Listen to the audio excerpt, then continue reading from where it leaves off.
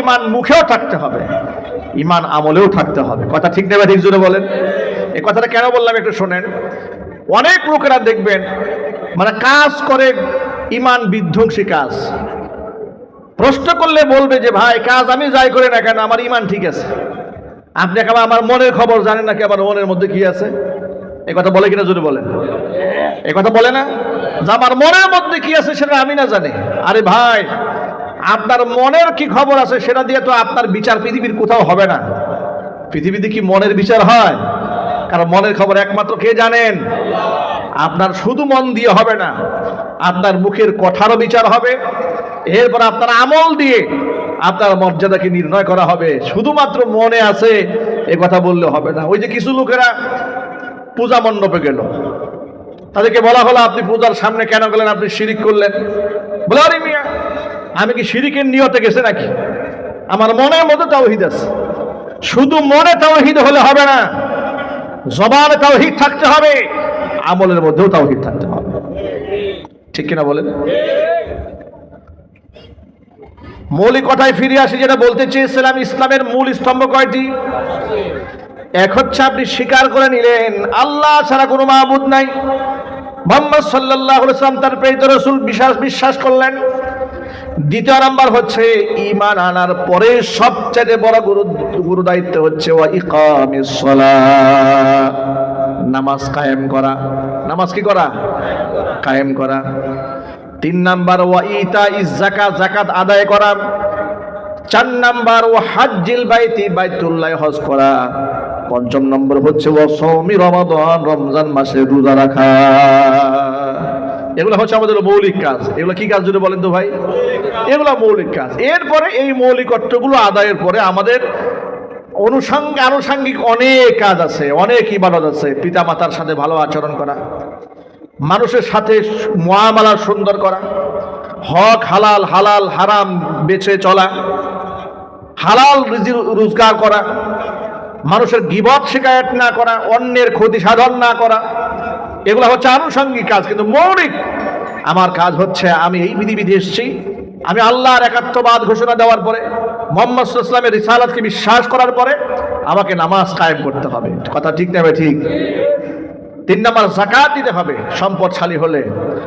হজ করার সামর্থ্য থাকলে আমাকে বাইতুল্লাহ হজ করতে হবে। রমজান মাসে আমাকে রোজা রাখতে হবে। এখানে আপনাদেরকে ছোট্ট একটা একেবারেই মোটা দাগের একটা কথা শিখাই দেয় আপনাদেরকে। সমাজের মধ্যে একটা কথা প্রচলিত আছে, রাজনীতির মাঠে অনেকেই বলেন যে আমরা সমাজে আল্লাহর দিন কায়েম করব, দিন কায়েম করব, বলে না? আমরা দিন কায়েমের আন্দোলন করছি। দিন কায়েম বলতে কি বোঝায়? ইকামাতুদ দিন। দিন শব্দের অর্থ কি? ধর্ম, জীবন ব্যবস্থা, পদ্ধতি, রীতিনীতি। ওই দিন, ওই জীবন বিধান, ওই রীতিনীতি যেটা আল্লাহর পক্ষ থেকে পূর্ণাঙ্গ হয়েছে, আল্লাহর পক্ষ থেকে স্থিরকৃত হয়েছে, আল্লাহর পক্ষ থেকে মনোনীত যে জীবন ব্যবস্থা, সেই জীবন ব্যবস্থার নাম কি? ইসলাম। সেই জীবন ব্যবস্থার নাম কি? ইসলাম। সেই ইসলামটাকে আপনি কায়েম করবেন সমাজে, এটাকে বলা হয় দিন। দিন একটা ব্যাপক অর্থবোধক শব্দ। একটা দিন, ইন্না দীনা ইনদাল্লাহিল ইসলাম, আল্লাহর পক্ষ থেকে এমন একটা দিন ইসলাম আমাদেরকে আল্লাহ দান করেছেন, যার মধ্যে আমার গোটা জীবন ব্যবস্থা আল্লাহর মধ্যে ঢুকিয়ে দিয়েছেন। দিন কমপ্লিট, পূর্ণাঙ্গ। এটা প্রথা সর্বস্ব কিংবা নাম সর্বস্ব কিংবা হাতে গোনা কয়েকটা অনুষ্ঠান সর্বস্ব জীবন ব্যবস্থা নয়। যেমন খুব সহজ ভাষায় বলি, এই গোটা পৃথিবীতে যারা হিন্দু সম্প্রদায়ের লোক আছে, বৌদ্ধ সম্প্রদায়ের লোক আছে, খ্রিস্টান সম্প্রদায় আছে, পাহাড়ি আছে, গারো আছে, সাঁওতাল আছে, আছে না? যদি বলতে পারছে না? তো তাদের ধর্মের পরিচয়টা কিভাবে পাওয়া যায়? দেখবেন তারা কিন্তু প্রথা সর্বস্ব ধর্ম। মূর্তি বানাবে, সেজদা দিবে, তার কাছে কিছু চাবে, কিছু বানাবে, ভেঙে ফেলবে। হাতের মধ্যে শাখা থাকে, মাথার মধ্যে সিঁদুর থাকে, বোঝা যায় লোকটা হিন্দু মহিলা। আবার ধুতি পরছে, এরপরে গলার মধ্যে আপনার ফিতা পড়ছে, হাতের মধ্যে সুতা পড়ছে ইত্যাদি। দেখে দেখে বোঝা যায় এই লোকটা হিন্দু। ব্রাহ্মণ মাথার মধ্যে টিকলি বেঁধেছে, মাথার চুল সব চেঁচে ফেলেছে। দৃশ্যগুলো দেখে খুব সহজেই বোঝা যায় এই লোকটা হিন্দু মানুষ, কিছু প্রথা সর্বস্ব তারা পালন করেন। এরপরে একজন বৌদ্ধ, এর পোশাক আশাক মাথা নেড়া দেখে আপনি বুঝবেন এগুলা হচ্ছে বৌদ্ধ ভিক্ষু। এরপরে এই পৃথিবীর ইহুদি যারা আছে এদের কিছু চুল কাটিং একটু মাথার মধ্যে দেখলে আপনি বুঝে ফেলবেন এই লোকটা ইহুদি। এইভাবে বিভিন্ন ধর্মের কিছু সিমটম আছে এবং তারা প্রথা সর্বস্ব ধর্ম পালন করে। ইয়াউমুস সাbt, রবিবার দিন তারা গির্জায় যায়। খ্রিস্টানেরা সপ্তাহে একদিন তারা গির্জায় যায়। গির্জায় গিয়ে তাদের দাবি অনুযায়ী ঈসা আলাইহিস সালামের সামনে, যীশু খ্রিস্টের সামনে যা চাওয়ার তা চায়। এরপর এখান থেকে বের হয়ে আসে। এরপরে আসার পরে নিজের জীবন পরিচালনা করার ক্ষেত্রে তাদের ধর্মগ্রন্থ থেকে কোনো মৌলিকত্ব নিয়ে রাষ্ট্র, সমাজ, বিচার, এরপরে যুদ্ধনীতি, বন্দিনীতি, এগুলা কোনো শিক্ষা ধর্মীয়ভাবে নাই। ইসলাম এইরকম প্রথা সর্বস্ব কোনো ধর্মের নাম নয়। ইসলাম এমন একটা ধর্ম যে ধর্ম আমার জীবনের শুরু থেকে মৃত্যু পর্যন্ত প্রত্যেকটা কদমে কদমে, স্টেপে স্টেপে পথ বাতলে দিয়েছে। চিৎকার দেখুন আল্লাহু আকবার। এই জন্য সূরা মাঈদা আল্লাহ বলেছেন, আল ইয়াউমা আকমালতু লাকুম দীনাকুম ওয়া আতমামতু আলাইকুম নিয়ামাতি ওয়া রাদিতু লাকুমুল ইসলাম দীনা। বিদায় হজের ভাষণ হয়ে গেল। আল্লাহ রাব্বুল আমিন জানাই দিলেন, আজকের এই দিনে আমি তোমাদের জন্য তোমাদের দিনকে পূর্ণাঙ্গ করে দিলাম, আমি আমার নিয়ামতকে পূর্ণাঙ্গ করলাম। ওয়ারাদিতু লাকুমুল ইসলাম দীনা, দিন হিসেবে, ধর্ম হিসেবে, জীবন ব্যবস্থা হিসেবে, পথ নির্দেশিকা হিসেবে ইসলামকে আমি আল্লাহ তাআলা মনোনীত করে নিলাম। এরপরে আপনারা এক বাক্যে জবাব দিয়ে বলেন তো এখন খুশি হয়ে, আল্লাহর কাছে মনোনীত ধর্মের নাম কি? ইসলাম। এরপরে সূরা আলী ইমরানে আল্লাহ তাআলা খুব স্পষ্ট করে একটু শক্ত ভাষা আরেকটা কথা বলেছেন, ইন্নাদ-দীনা ইনদাল্লাহিল ইসলাম। জীবন ব্যবস্থা কিংবা ধর্ম হিসেবে আমি আল্লাহর কাছে গ্রহণযোগ্য একমাত্র ধর্মের নাম ইসলাম। ইসলামে সব আছে। ইসলামে যেমন নামাজ আছে, রোজা, হজ, যাকাত যেমন আছে, অনুরূপভাবে বিচার ব্যবস্থা আছে, সমাজ প্রথা কিভাবে পরিচালিত হবে সেই ব্যবস্থা আছে, ব্যক্তিগত জীবনের কিছু আমল ইসলাম আমাদেরকে দেখিয়ে দিয়েছে, আবার কিছু আমল দিয়েছে সামাজিক আমল, কিছু আমল আছে রাষ্ট্রীয় আমল। ব্যক্তি আমলটা একটু বুঝাই দেই। যেমন আপনি ওয়াশরুমে ঢুকলেন, বাথরুমে যাবেন, ইসলাম বলে দিয়েছে বাথরুমে যাওয়ার আগে আপনি দোয়া পড়ে যাবেন, আল্লাহুম্মা ইন্নী আউযু বিকা মিনাল খুবুসি ওয়াল খাবাইস। দোয়া পড়ে বাম পা দিয়ে আপনি ঢুকলেন। আবার যখন সেখান থেকে বের হয়ে আসলেন, আপনি আল্লাহ পাকের শুকরিয়া আদায় করবেন, আলহামদুলিল্লাহিল্লাযী আযহাবা আন্নিল আযা ওয়া আফানি। আপনি আল্লাহ পাকের শুকরিয়া আদায় করলেন। এগুলো হচ্ছে ব্যক্তিগত কাজ। মিসওয়াক করলেন, হাদিস শরীফের মধ্যে এসেছে যে ব্যক্তি মিসওয়াক করে নামাজে দাঁড়ায়, আল্লাহ রাব্বুল আলামিন বান্দাকে 70 গুণ সওয়াব বৃদ্ধি করে দেন। যদি বলেন সুবহানাল্লাহ। ব্যক্তিগত আমল। নামাজ শেষ হয়েছে, আপনি প্রতি নামাজের পরে সূরা সালামটা ফিরাবার পরে আপনি সেখানে সূরা ফাতিহা পড়লেন, আয়াতুল কুরসি আপনি তিলাওয়াত করলেন। হাদিস শরীফের মধ্যে এসেছে যে বান্দা 5 ওয়াক্ত নামাজের পরে নিয়মিত আয়াতুল কুরসি তিলাওয়াত করে, সেই ব্যক্তির মাঝে আর জান্নাতে যাওয়ার মধ্যে দূরত্ব শুধু এতটুকুন থাকে, মৃত্যু। শুধু মৃত্যুটাই তার সামনে বাধা হয়ে দাঁড়িয়ে আছে। এর মানে সে মৃত্যুবরণ করার সাথে সাথে আল্লাহ পাকের জান্নাতের মেহমান হয়ে যাবে। ব্যক্তিগত আমল। নামাজ শেষ হলো, ফরজ নামাজের পরে দোয়া কবুল হওয়ার সময় আপনি বলেন, আল্লাহুম্মা আনতাস সালাম ওয়া মিনকাস সালাম তাবারাকতা রব্বানা ইয়া যাল জালালি ওয়াল ইকরাম। দোয়া করলেন, যা মনে চায় চান। সব ব্যক্তিগত আমল। তাহাজ্জুদের নামাজে একাকী দাঁড়িয়ে গেলেন রাতের আধারে, কেউ দেখবে না, নিরবিচ্ছিন্নভাবে রবের সামনে চান। এগুলো সব আপনার ব্যক্তিগত আমল। আর এই আমলগুলো বেশি ফোকাস করার কোনো প্রয়োজন নাই। আল্লাহর ওলিরা নিজের আমলকে রেখে দিয়েছেন গোপন ভাবে। কারণ আমরা যা করি প্রাপ্তি কার কাছ থেকে? জোরে বলুন না ভাই, কার কাছ থেকে? আপনি যে রাতের বেলা আরামের ঘুমটা বাদ দিলেন, এটা কি গৌরবের সাথে মানুষকে বলে বেড়ানোর জিনিস? আরো জোরে বলেন। যারা নিজের তাহাজ্জুদের কথা রাস্তায় রাস্তায় বলে বেড়ায়, তারা আল্লাহর জন্য তাহাজ্জুদ পড়ে না, তারা মানুষের কাছ থেকে বাহাবা পাওয়ার জন্যই করে। কথা ঠিক না ভাই? ঠিক জোরে বলেন। ওই যে দেখেছেন না, স্বৈরাচারের আমলে প্রায় সময় নামাজে বসে, নামাজে বসে হাত তুলে মুনাজাত করতেছে, এই ধরনের ছবি ফেসবুকে দেওয়া হইতো। কথা বলে না কেন? সংসদে জিজ্ঞেস করা হতো, আপনি ঘুম থেকে উঠে কি কি তালাশ করেন? তিনি বলতেন, আমি ঘুম থেকে উঠে প্রথমে নামাজ তালাশ করি।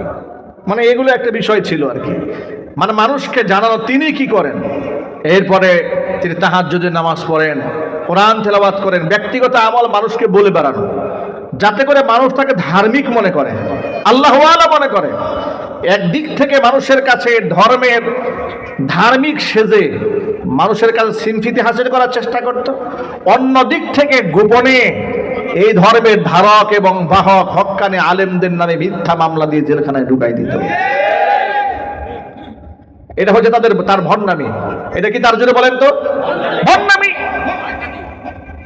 এগুলা সে করত, মানুষকে ধোঁকা দিত, ধোঁকা দিয়ে বোকা বানাতো যে কত ধার্মিক, কত পরহেজগার, কত আল্লাহওয়ালা। প্রায় সময় উমরা করে, হজ করে, তাসবিহ ধারণ করে, মাথায় মধ্যে পট্টি বাঁধে, আবার হিন্দুদের পূজায় গিয়ে মাথার মধ্যে টিকলিও পরে। ঠিক না ভাই? কত কিছুই না করেছে, কত কিছুই না করেছে এই আপা, কত কিছু করেছে। কিন্তু মনে রাখবেন, আমি যা করছি একমাত্র আল্লাহর সন্তুষ্টি কল্পে যদি না হয়, তাহলে খাসিরাত দুনিয়া ওয়াল আখিরাত, দুনিয়াও শেষ, আখিরাতও শেষ। হাদিস শরীফের মধ্যে আল্লাহর নবী স্পষ্ট বলে দিয়েছেন, মান তাসাদদাকা ইউরাইন নাস ফাকাদ আশরাকা। মানুষকে দেখানোর জন্য যদি কোনো ব্যক্তি দান করে, সেই ব্যক্তি আল্লাহর সাথে শিরিক করে। ওয়ামান সাল্লা ইউরাইন নাস ফাকাদ আশরাকা। মানুষকে দেখাবার জন্য যদি কোনো বান্দা নামাজ পড়ে, সেই ব্যক্তিও রবের সাথে শিরিক করে। বেনামাজিরা তো জাহান্নামে যাবে, এতে কনফার্ম, কোনো সন্দেহ আছে? বেনামাজি ঠিকানা কোথায়? জাহান্নাম। আমরা কি জাহান্নামী হব? আল্লাহ পাক আমাদের সকলকে নামাজি হিসেবে কবুল করেন। আরো যদি বলেন আমিন। এটা আমাদের মৌলিক কাজ। এটা কি কাজ? মৌলিক কাজ। নামাজ বাদ দেওয়া যাবে না। জিহাদের ময়দানেও নামাজ ছাড়া যাবে না। মানে শত্রু পক্ষের সাথে লড়াই চলছে, ধরেন 10,000 সৈনিক কাফেরদের সাথে লড়াই করছে, এই 10,000-এর মধ্যে হঠাৎ করে নামাজের ওয়াক্ত চলে আসলো, যুদ্ধ চলছে, এই মুহূর্তে 5,000 জামাতে দাঁড়ায় যাবে আর 5,000 লড়াই করবে। সুবহানাল্লাহ পড়েন। নামাজ এত গুরুত্বপূর্ণ ফরজ, এটাই হচ্ছে মূল দিন। এখন সেই দিনের সকল কাজ হবে রবের রেজামন্দি এবং খুশির জন্য। বেনামাজিরা তো জাহান্নামে যাবে কনফার্ম। কোরআন বলে দিয়েছে, মা সালাকাকুম ফি সাকার। সাকার নামক জাহান্নামে কেন এলে? প্রথম জবাব জাহান্নামীরা দিয়ে বলবে, ক্বালু লাম নাকু মিনাল মুসাল্লিন। আমরা নামাজ পড়ি নাই, দুনিয়াতে বেনামাজি ছিলাম, এই জন্য জাহান্নামে এসেছি। আল্লাহ পাক যেন বেনামাজি হওয়ার মতো কপাল পোড়াদের কাতারে আমাদের শামিল না করেন। জোরে কোন আমিন। আমরা 5 ওয়াক্ত নামাজ পড়বো তো ইনশাআল্লাহ। কারা কারা বলবেন? হাত তোলেন। আল্লাহ যেন কবুল করেন। জোরে কোন আমিন। ঈমানের পরে এটা প্রথম দায়িত্ব। আবার সেই নামাজও হবে একমাত্র আল্লাহর খুশির জন্য, বান্দাকে দেখানোর জন্য কিচ্ছু করা যাবে না। যদি বান্দাকে দেখায় কি হবে? শুনে আল্লাহ পাক সূরা মাউনে বলে দিয়েছেন। আল্লাহ রাব্বুল আমিন বলেন, ফাওয়াইলুল লিল মুসাল্লিন আল্লাযীনা হুম আন সালাতিহিম সাহুন আল্লাযীনা হুম ইউরাউন। জাহান্নাম ওই মুসল্লির জন্য, ফাওয়াইলুল লিল মুসাল্লিন। শুধু বেনামাজিরাই জাহান্নামে যাবে তা নয়, ওই নামাজিও জাহান্নামে যাবে। কোন নামাজি? আল্লাযীনা হুম আন সালাতিহিম সাহুন, যে নামাজি তার নামাজ থেকে উদাসীন এবং গাফেল। নামাজ পড়লে পড়ে, না পড়লে না পড়ে, মানুষকে দেখাবার জন্য পড়ে, কিন্তু আন্তরিকতা নিয়ে নামাজ সে আদায় করে না। আল্লাযীনা হুম ইউরাউন, মানুষকে দেখানোর জন্য নামাজ পড়ে। আছে না নাই? এই সমস্ত নামাজিরাও জাহান্নামে যাবে। সারা বছর নামাজ নাই, রোজা নাই, শুধুমাত্র নির্বাচন আসলে নামাজ পড়ে। সারা বছর আলেমদেরকে মৌলবাদী বলে গালি দেয়, নির্বাচন আসলে মাথার মধ্যে নিজেই টুপি লাগায়। আছে না নাই? এই রকম মানুষ, আল্লাহ পাক বলেন এই রকম নামাজি যারা মানুষকে দেখানোর জন্য নামাজ পড়ে তারাও জাহান্নামী। আল্লাহ আমাদের হেফাজত করুন। তো নামাজ সহ সমস্ত ইবাদত, ওয়া উমিরু ইল্লা লিয়াবুদুল্লাহ মুখলিসিনা লাহুদ্দিন, আমাকে একনিষ্ঠতার সাথে আল্লাহর দাসত্ব করার হুকুম করা হয়েছে। এখানে মানুষের শিরকাতের কোনো সুযোগ নাই, মানুষকে দেখানোর কোনো সুযোগ নাই। এই যে আপনি যে বিভিন্ন মাহফিলে লোকেরা দান করে, দেখবেন 10,000 টাকা হুজুর বলছে মারহাবা, লোকেরাও বলছে মারহাবা। এখন উনি মনে মনে ভাবতেছে উনি 10,000 দিয়েছে, হুজুর যে মারহাবাটা বলেছে, আমি যদি 20,000 দিই আমার মারহাবাটা আরো বড় হবে। এলাকার লোকেরা আমাকে বিরাট বড় দানবীর মনে ভাববে, সবাই আমাকে দানশীল বলবে। এই নিয়তে যদি দান করে তার দানটাও শেষ, দানটাও কি হয়ে যাবে? শেষ হয়ে যাবে। এটাও শিরক, এটাও রবের সাথে শিরক হয়ে যাবে। ভাইরা আমার, যে কথা বলতে চেয়েছিলাম, ইসলাম কোন প্রথা সর্বস্ব ধর্ম না, যে কিছু আনুষ্ঠানিকতা এরকম না। এটা জীবনের সকল ক্ষেত্রে ইসলাম। কোন সুবহানাল্লাহ। এই কথাটাই আমার অনেক দিনই মুসলিম ভাইরা বুঝতে চায় না। কারণ দুঃখজনকভাবে সত্য, আমাদের দেশে রাষ্ট্রের অবকাঠামো এমনভাবে তৈরি করা হয়েছে যে ধর্ম এক জিনিস, রাষ্ট্র আলাদা একটা জিনিস। রাষ্ট্রের সাথে ধর্মের কোনো সম্পর্ক নাই, এরকম একটা চিন্তা চেতনা আমাদের মধ্যে আছে অনেকের। কথা বলেন ঠিক কিনা, জোরে বলেন। কিন্তু এটা কি ঠিক? না, রাষ্ট্র ধর্ম আলাদা জিনিস নয়। ধর্মের নীতিমালা ব্যক্তি জীবনেও আছে, পারিবারিক জীবনেও আছে, সামাজিক অঙ্গনেও আছে। আমি যেমন কয়েকটা ব্যক্তি আমলের উদাহরণ দিলাম, এরপরে সমাজবদ্ধ কিছু আমলের উদাহরণ দিই। যেমন কোনো ব্যক্তি মারা গেল, মারা যাওয়ার পরে আপনি তার জানাজার নামাজে হাজির হবেন। এটা কি ব্যক্তিগত আমল নাকি সামাজিক আমল? আরো জোরে বলেন। এটা হচ্ছে ফরজে কিফায়া। এটা কি? ফরজে কিফায়া। সমাজের কিছু মানুষ দলগতভাবে আদায় করলে আদায় হয়ে যাবে, সমাজবদ্ধ হয়ে কাজটা আপনি করবেন। এরপরে ঈদের নামাজে আপনি হাজির হলেন, এটা সামাজিক, সবাই মিলে সেখানে গিয়ে হাজির হবেন। জুমার নামাজে সবাই গিয়ে হাজির হলেন, ফরজ নামাজে সবাই মিলে হাজির হলেন। শুধুমাত্র সুন্নাত, নফল, আওয়াবিল, ইশরাক, চাষ, তাহাজ্জুদ, এগুলো আপনি একাকী নিরিবিলি রবের সামনে হাজিরা দিলেন। বাকি ফরজ ইবাদত, ফরজ নামাজ জামাতের সাথে মসজিদে গিয়ে আদায় করলাম, সুবহানাল্লাহ। কিন্তু সামাজিক আমল, আবার কিছু কিছু আমল আছে রাষ্ট্রীয় আমল। রাষ্ট্রীয় আমলের বিধিবিধান কোরআনে আছে না ভাই? একটা এক্সাম্পল দিই। দেখুন, এদেশের মধ্যে চোর আছে, ডাকাত আছে, ছিনতাইকারী আছে, খুনি আছে, না এগুলা সরকার জুলাই আগস্টের বিপ্লবে আওয়ামী লীগের পতন হওয়ার পর থেকে দেশের চোর কি সব হাদি সাহেব হয়ে গেছে? ছিনতাইকারী, চান্দাবাজরা সব কি তাহাজ্জুদ গুজারি হয়ে গেছে? চান্দাবাজ দেশে আছে না নাই? আরো জোরে বলুন। রাস্তাঘাটে একটা ফুটপাতে ভ্যান নিয়ে এক বেচারা কিছু কলা নিয়ে বসেছেন, কিছু লেবু নিয়ে বসেছে, মুরগির একটু ডিম নিয়ে বসেছে, সেখানেও 50 টাকা চান্দা দাবি করে বসে আছে চান্দাবাজ। ঠিক কিনা বলেন? আহারে, আপনি এর কাছ থেকে চান্দা খাইলেন, অমুকের কাছ থেকে নিলে 50 টাকা, এর কাছ থেকে 100 টাকা। আপনি দাবি করলেন যে এটা আমার রাস্তা, এখানে যারা বসবে সব আমাকে টাকা দিতে হবে। কেন ভাই, এই রাস্তা কি আপনার বাবার টাকায় হয়েছে নাকি?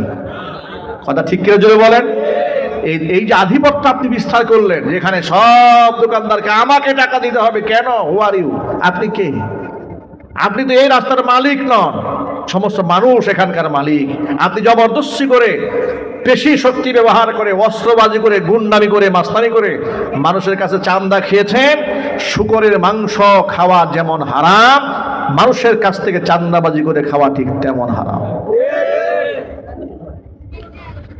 প্রিয় ভাইরা আমার, মূল কথায় ফিরে আসি। যেটা বোঝাতে চেয়েছিলাম সেটা হলো, কিছু আমল আছে ব্যক্তিগত আমল বললাম, কিছু আমল আছে সামাজিক আমল, তারও এক্সাম্পল দিলাম। আবার কিছু কিছু আমল আছে রাষ্ট্রীয় আমল। সেটা কি? সেটা হচ্ছে যেমন দেখেন, নামাজ, এটা আমরা ব্যক্তিগতভাবে আমরা আদায় করি, কায়েম করি, আলহামদুলিল্লাহ। সবাই বলেন আলহামদুলিল্লাহ। নামাজ কায়েমের ব্যাপারে ফুকাহায়ে কেরাম যেটা বলেছেন, নামাজ কায়েম কাকে বলে? নামাজ কায়েমের একটা ব্যাখ্যা হচ্ছে আইয়ু আদুনাহা বিআদাই হুকুকিহা, নামাজ এমন ভাবে আদায় করে, তার হক আদায় করে নামাজ পড়ে, এটা হচ্ছে নামাজ কায়েম করে। এটা একটা ব্যাখ্যা। আরেকটা ব্যাখ্যা হচ্ছে সামাজিকভাবে এটাকে প্রতিষ্ঠিত করা, মানে কোনো মুসলমান ইমানদার বেনামাজি থাকতে পারবে না। যেহেতু নামাজের বিধানটা ফরজ কে করেছেন জোরে বলেন তো ভাই? আল্লাহ যেহেতু বিধান ফরজ করেছেন, কিন্তু রাষ্ট্রীয়ভাবে এটা আমাদের সমাজে কায়েম নাই। ব্যক্তিগতভাবে কায়েম আছে, কিছু কিছু খণ্ড খণ্ড কায়েম আছে, কিন্তু আমভাবে আল্লাহ পাকের নামাজের হুকুম এটা কি সামাজিকভাবে কায়েম আছে? কায়েম নাই। অনুরূপভাবে পর্দার বিধানটা লক্ষ্য করেন, সমস্ত মুসলিম নারীদের জন্য পর্দার বিধানটা আল্লাহ ফরজ করে দিয়েছেন। কে ফরজ করেছেন? আল্লাহ ফরজ করে দিয়েছেন। এখন এটা আমরা ব্যক্তিগতভাবে আমাদের মা, আমাদের বোন, আমাদের স্ত্রীদেরকে আমরা পালন করার চেষ্টা করাই। সামাজিকভাবে কত পার্সেন্ট মা এবং বোনেরা পর্দা করেন, বোরকা পরেন, হিজাব পরেন, নিকাব পরেন? খুবই সীমিত। কথা ঠিক না ভাই? কিন্তু মুসলিম মা বোনদের জন্য এই বিধান তো ঐচ্ছিক নয়, যে আমার মন চাইলে করব, মন চাইলে আমি করব না, এরকম কি ঐচ্ছিক বিধান না ফরজ বিধান? ফরজ বিধান। এখন এই জন্য রাষ্ট্রের দিন কায়েমের প্রয়োজন। রাষ্ট্রের দিন তখন কায়েম হবে যারা এমন দিনদার মানুষ যদি শাসক হয়, যারা নিজেরা আল্লাহর দিন মেনে চলেন, তারা রাষ্ট্রে আইন করে দেবেন। এটা শুধুমাত্র নামাজ না পড়লে পরকালেই জবাবদিহিতা হবে তা নয়, দুনিয়ার আদালতেও তাকে জবাবদিহিতা করতে হবে, যেহেতু রাষ্ট্রে খেলাফত কায়েম হয়ে গেছে। এই জন্য রাষ্ট্রে যদি খেলাফত কায়েম না হয়, তাহলে পরিপূর্ণ ইসলামের যে সৌন্দর্যতা, এর যে সুবাতাস, এর যে নির্মল আবহাওয়া, এবং ইসলাম প্রতিষ্ঠিত হলে এর যে সুখকর জিন্দিগি, এটা মুসলিম সমাজে ততক্ষণ পর্যন্ত পরিপূর্ণ একটা মুসলমান পাবে না যখন রাষ্ট্রীয়ভাবে ইসলামের সমস্ত আহকামাত বাস্তবায়ন করা না হবে। কথা ঠিক কিনা জুড়ে বলেন? আমি আমার মৃত্যু পর্যন্ত যদি ওয়াজ করি, রাষ্ট্র থেকে সুদ বন্ধ করতে পারবো না। আমি সারা জিন্দেগি ওয়াজ করে রাষ্ট্র থেকে ঘুষও বন্ধ করতে পারবো না। জেনা ব্যভিচার ওয়াজ করে বন্ধ করা যাবে না, ফ্রি মিক্সিং এগুলা বন্ধ করা যাবে না। কিন্তু আমি যদি রাষ্ট্রীয় আইন করে দেই, তাহলে সেখানে আমি বলবো না রাষ্ট্রীয় আইন করলেই 100% ইসলাম কায়েম হয়ে যাবে, বরং রাষ্ট্র এটা হচ্ছে ইসলাম কায়েম করার জন্য আল্লাহ পাকের এই সমস্ত বিধিবিধানগুলো সমাজে কায়েম করার জন্য বিরাট একটা সহায়ক, বিরাট সহায়ক মাধ্যম। ঠিক কিনা যদি বলেন?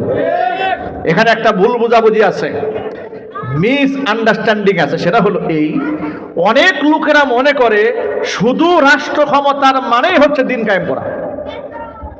আমি কথা বুঝতে পারিনি মনে হয়। আরেকবার বলছি, অনেক ভাইরা মনে করেন যে ক্ষমতার চেয়ার দখল করলেই দিন কায়েম হয়ে গেল। না, এটার নাম দিন কায়েম নয়, এটার নাম তো দিন নয়। চেয়ার দখল তো দিন নয়, প্রেসিডেন্ট হওয়া তো দিন নয়, বরং ইমানদার ব্যক্তি প্রেসিডেন্ট হলে, এমপি হলে, মন্ত্রী হলে, শাসক হলে সমাজে আল্লাহর দিন কায়েম করা সহজ হয়ে যাবে। কথা ঠিক না? ঠিক জোরে বলেন।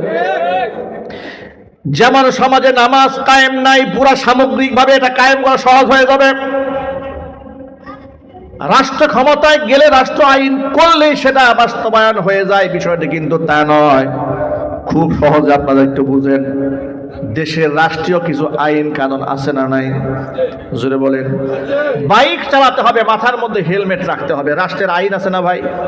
একটু জোরে বলেন। এখন দেখবেন প্রশাসনের কিছু লোকেরা, আমি রাস্তাঘাটে মাঝে মাঝে দেখি, পুলিশ মাথায় হেলমেট নাই, মাথার মধ্যে হেলমেট না, উনি চালাচ্ছেন। তা আবার পথচারী কেউ কেউ বলেন, দুষ্টামি করে ভিডিও বানায়, বলে স্যার আপনার মাথায় হেলমেট কই, ভিডিও করে আবার ফেসবুকে ছাড়ে। এগুলো আমরা দেখি যে আপনি আইন শৃঙ্খলা রক্ষাকারী বাহিনী হয়ে আপনি নিজেই বেআইনি কাজ করেন, আবার আমাদের মাথায় হেলমেট না থাকলে আমাদেরকে মামলা দেন, কিন্তু আপনি তো বেআইনি কাজ করছেন। আছে না নাই?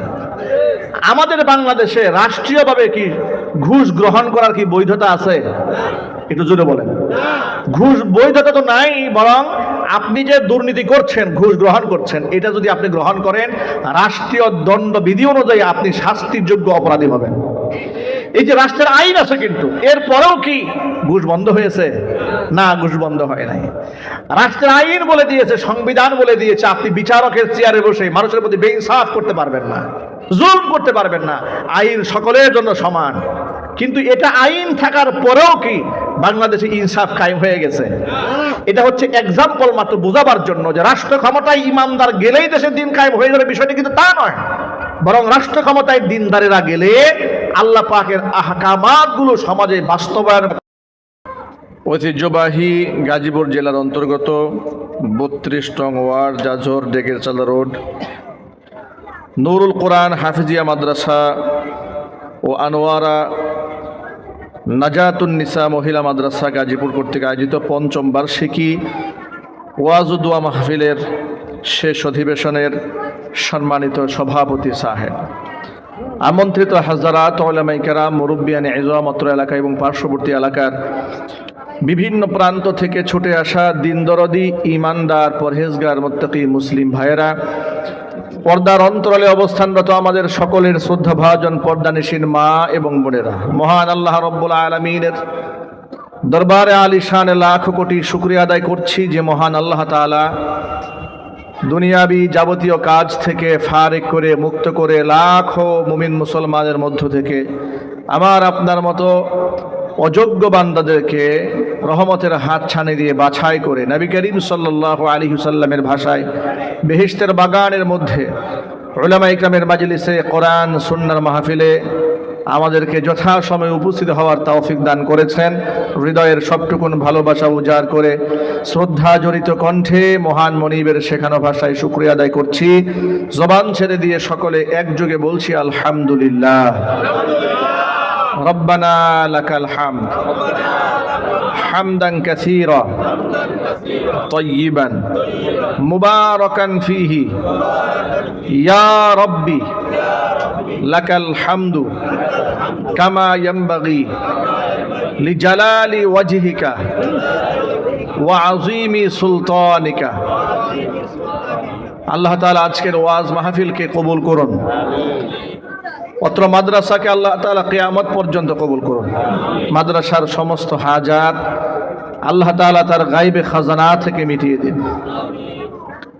অক্লান্ত পরিশ্রম করে জান্নাতের বাগান যারা সাজিয়েছেন, দূরদারাজ থেকে শোনার জন্য যারা এসেছেন, আজকের মাহফিলের ওসিলা করে কাল হাসরের কঠিন ময়দানে আল্লাহ তাআলা আমাদের সকলের নাজাতের ফয়সালা করে দেন। অত্র এলাকার সমস্ত মুর্দেগানের কবরে আযাব আল্লাহ তাআলা কিয়ামত পর্যন্ত বন্ধ করে দেন। সর্বোপরি আজকের মাহফিলের ওসিলা করে আল্লাহ তাআলা আমাদের সকলকে পরিপূর্ণ হেদায়েত নসিব করুন। প্রিয় বন্ধুগণ, এক বাক্যে জবাব দিয়ে বলুন তো হেদায়েত দেওয়ার মালিক কে? আরো জোর আওয়াজে বলুন, হেদায়েত দেওয়ার একমাত্র মালিক কে?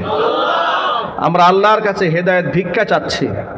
আল্লাহ পাক যেন আমাদের সকলকে পরিপূর্ণ হেদায়েত নসিব করেন।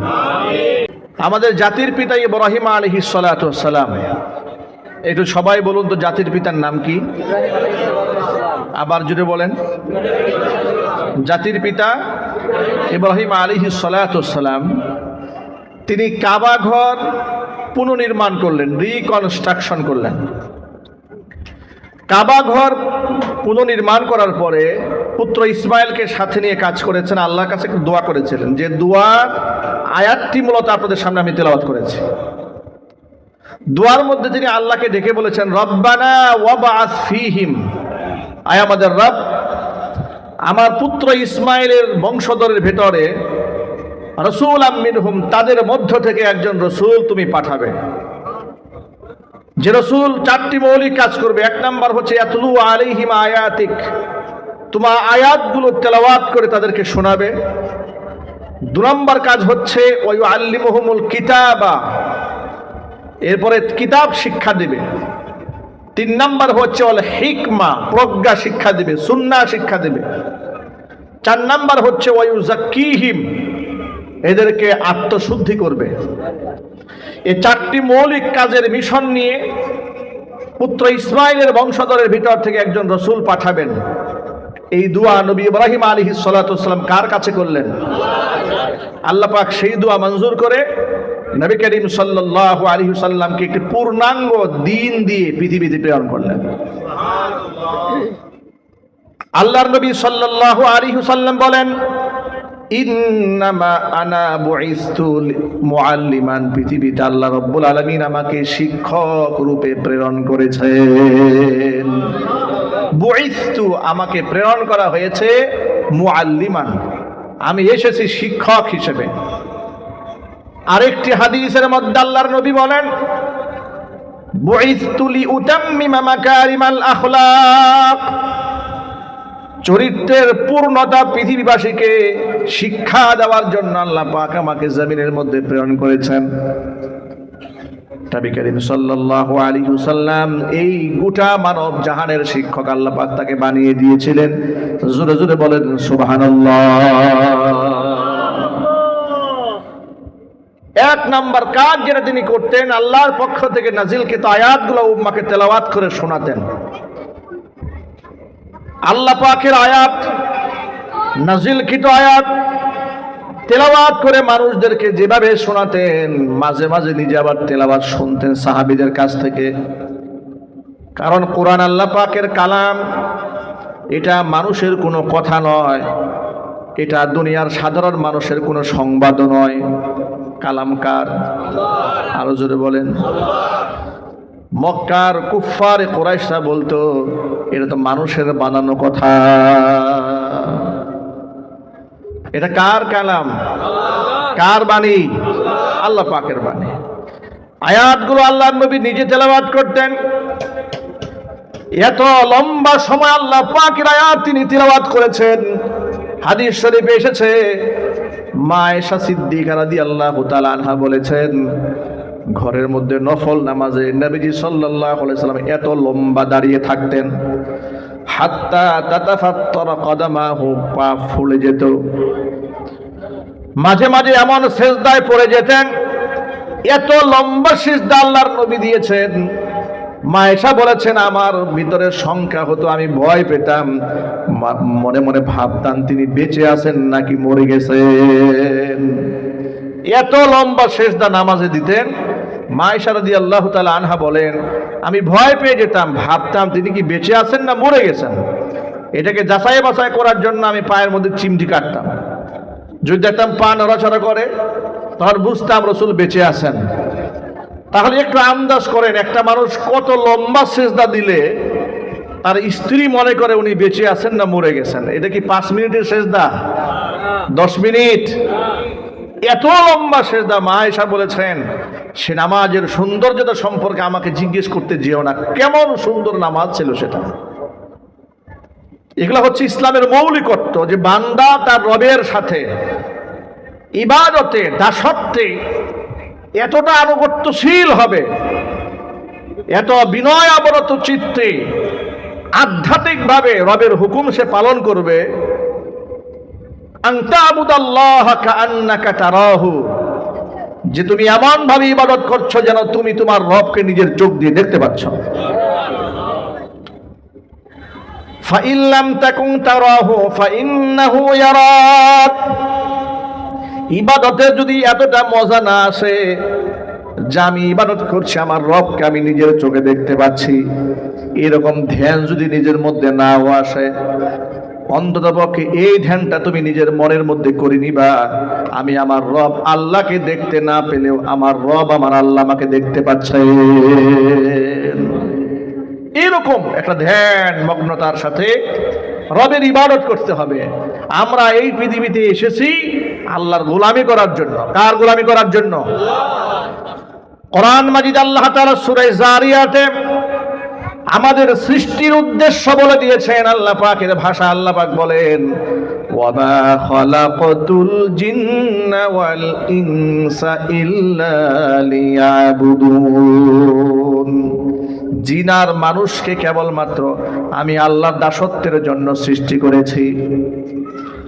আল্লাহ রাব্বুল আলামিন অন্যত্র বলেছেন, ওয়ামা উমিরু ইল্লা লিয়াবুদুল্লাহা মুখলিসিনা লাহুদ্দীন হুনাফা ওয়া ইউকিমুনাস সালাতা ওয়া ইউতুনাজ যাকাত ওয়া যালিকা দীনুল কাইয়্যিমা। আল্লাহ রাব্বুল আলামিন বলছেন, মানুষদেরকে কেবলমাত্র শুধুমাত্র হুকুম করা হয়েছে তারা আমি আল্লাহর দাসত্ব করবে, আমি আল্লাহর গোলামি করবে। সুবহানাল্লাহ বলেন। হুনাফা, এটা করবে ইখলাসের সাথে, একনিষ্ঠতার সাথে। এরপরে ওয়ায়ুকিমুনাস সালাত, তারা নামাজ কায়েম করবে। সুবহানাল্লাহ বলেন। এই নির্দেশটা বান্দাকে প্রদান করা হয়েছে। তাহলে আমরা কার গোলাম জোরে বলেন তো? আল্লাহর গোলাম, এই গোলামি এই পৃথিবীতে হবে একনিষ্ঠতার সাথে। এটা আমাদের মৌলিক কাজ। এগুলো আমাদের কি কাজ? আমাদের মৌলিক কাজ হচ্ছে আল্লাহর দাসত্ব করা, আল্লাহর গোলামি করাটাই হচ্ছে আমার আসল কাজ। এখন আল্লাহ পাক দাসত্বের জন্য যে কয়েকটা মৌলিক কাজ আমাদের দিয়েছেন, হাদিস শরীফের মধ্যে নবীজি সাল্লাল্লাহু আলাইহি ওয়াসাল্লাম তা ভাগ করে স্পষ্টভাবে বর্ণনা করে দিয়েছেন। নবীজি বলেছেন, বুনিয়াল ইসলামু আলা খামসিন, ইসলাম 5টা জিনিসের উপর দাঁড়িয়ে আছে। কয়টা? এক হচ্ছে শাহাদাতি আল্লাহ ইলাহা ইল্লাল্লাহ ওয়া আন্না মুহাম্মাদার রাসূলুল্লাহ ওয়া ইকামিস সালাহ ওয়া ইতাইজ যাকাত ওয়া হাজ্জিল বাইতি ওয়া সাওমি রমাদান আও কামা ক্বালা আলাইহিস সালাতু ওয়াস সালাম। 5টা মৌলিক কাজ, এটা হচ্ছে ইসলামের মূল স্তম্ভ। এক হচ্ছে এই কথার সাক্ষ্য প্রদান করবে আল্লাহ ছাড়া কোনো মাবুদ নাই, মুহাম্মদ সাল্লাল্লাহু আলাইহি ওয়াসাল্লাম তার প্রেরিত রাসূল। এই স্বীকারোক্তি মুখ থেকেও দিতে হবে, অন্তরের মধ্যেও রাখতে হবে। ঈমান কাকে বলে? ঈমান হচ্ছে তাসদীক বিল জিনান, আমাল বিল আরকান, ইকরার বিল লিসান। তাসদীক বিল জিনান, অন্তর দিয়ে বিশ্বাস করা, ইকরার বিল লিসান, জবানে তা স্বীকার করা, আমাল বিল আরকান, অঙ্গ প্রত্যঙ্গের মাধ্যমে সেগুলো আমলে বাস্তবায়ন করা। এটা কি বলা হয়? ঈমান। এটা কি বলা হয় জোরে বলেন তো? ঈমান। ঈমান এরকম বলে হবে না যে মনে মনে আছে, না শুধু মনে মনে থাকলে হবে না তো, ঈমান মনেও থাকতে হবে।